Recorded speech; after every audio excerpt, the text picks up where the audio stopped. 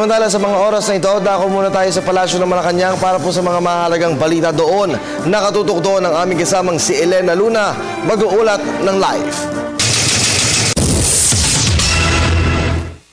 Maraming salamat, Kirby. Asahan na bago matapos ang linggong ito ay magbibigay ng progress update ang Board of Inquiry na binuo para imbestigahan ang nangyaring insidente sa PNP Special Action Force sa Maguindanao. Sinabi ito ni PCOO Secretary Sunny Coloma sa katatapos-tapos lamang na press briefing sa press working area kanina dito sa New Executive Building. Kanina rin ay nagbigay ng pahayag ang kalihim tungkol sa bubuing Truth Commission ng Senado.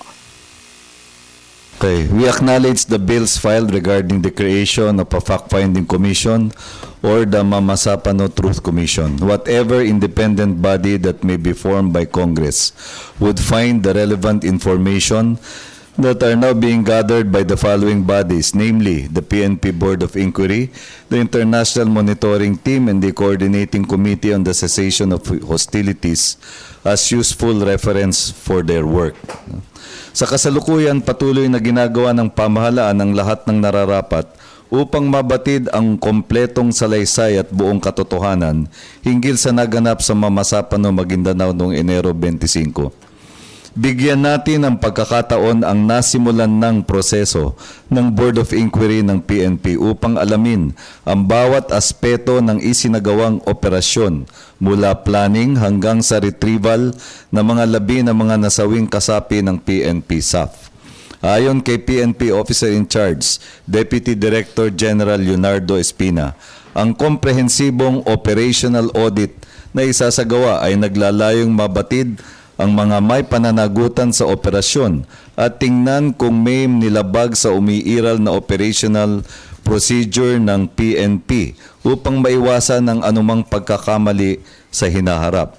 Kasalukuyan ding nangangalap ng impormasyon ang International Monitoring Team at Coordinating Committee on the Cessation of Hostilities dahil sila ay tuwirang kumilos upang paghiwalayin ang mga armadong puwersa at pairalin ang tigil putukan noong araw na yon.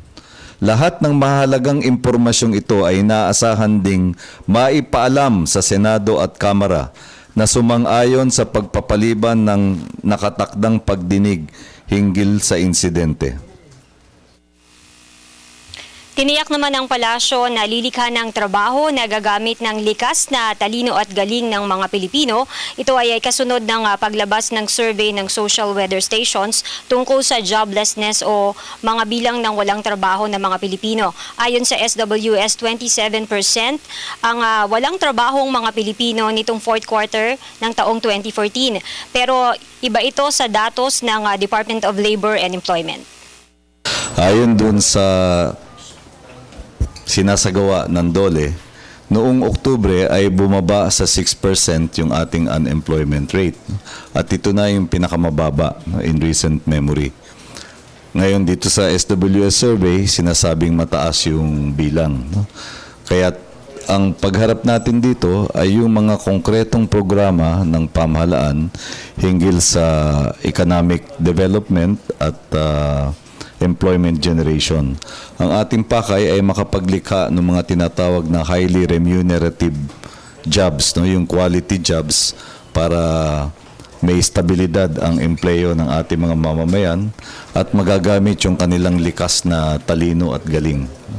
Kaya yan ang inasikaso ng ating pamahalaan. Kasama din dyan yung mga patuloy na pagpapatupad ng mga programa ng TESDA para magkaroon ng employable skills ang ating mga mamamayan. Kaya puspusan pa rin ang pagsisikap na maibaba ang bilang ng mga walang trabaho. At kahanay din dyan yung mga programa on poverty reduction and social protection. Political will in calling on Din ang palasyo hinggil sa umano'y midnight deal na pinasok ng nagretirong si COMELEC Chairman Sixto Brillantes sa kontrata sa Smartmatic. Ayon kay Secretary Coloma, ito ay mabigat at seryosong aligasyon kung kaya't dapat ay mapatunayan ng ebidensya. Mahalagang pangalagaan at siguruhin ang integridad ng halalan at inaasahang gagampanan ito ng COMELEC alinsunod sa mandato ng saligang batas. Sila po ay independent constitutional body. Seryosong aligasyon yung sinasabing yan at dapat ay panindigan sa pamagitan ng konkretong katibayan. Yan lang ang masasabi namin. Kirby, nagretiro na kahapon si Chairman Sixto Brillantes, pati na rin ang dalawang commissioners ng COMELEC at pati na rin ang COA Chairman.